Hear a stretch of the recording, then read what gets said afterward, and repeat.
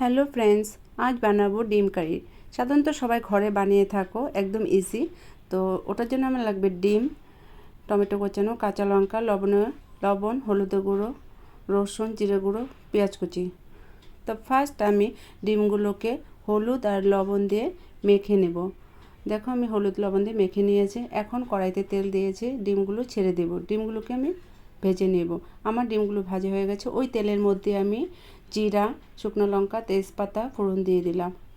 পেঁয়াজ কোচানো, রসুন, কাঁচা লঙ্কা, টমেটো কোচানো, লবণ, হলুদের গুঁড়ো দিয়ে ভাজা ভাজা করে নেব। দেখুন এখন আমি আদা বাটা, পেঁয়াজ বাটা, রসুন বাটাও দিয়েছি, জিরের গুঁড়ো দিয়ে ভাজা ভাজা করে নেব। দেখো এটা আমার ভাজা ভাজা প্রায় হয়েই গেছে। এখন আমি এখানে জল দিয়ে দেব।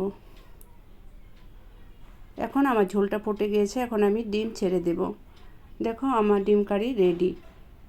তোমাদের যদি ভালো লেগে থাকে তাহলে একটা লাইক কমেন্ট দেবে। একদম ঘরোয়া প্রসেস, ইজি প্রসেস একদম। Thank you.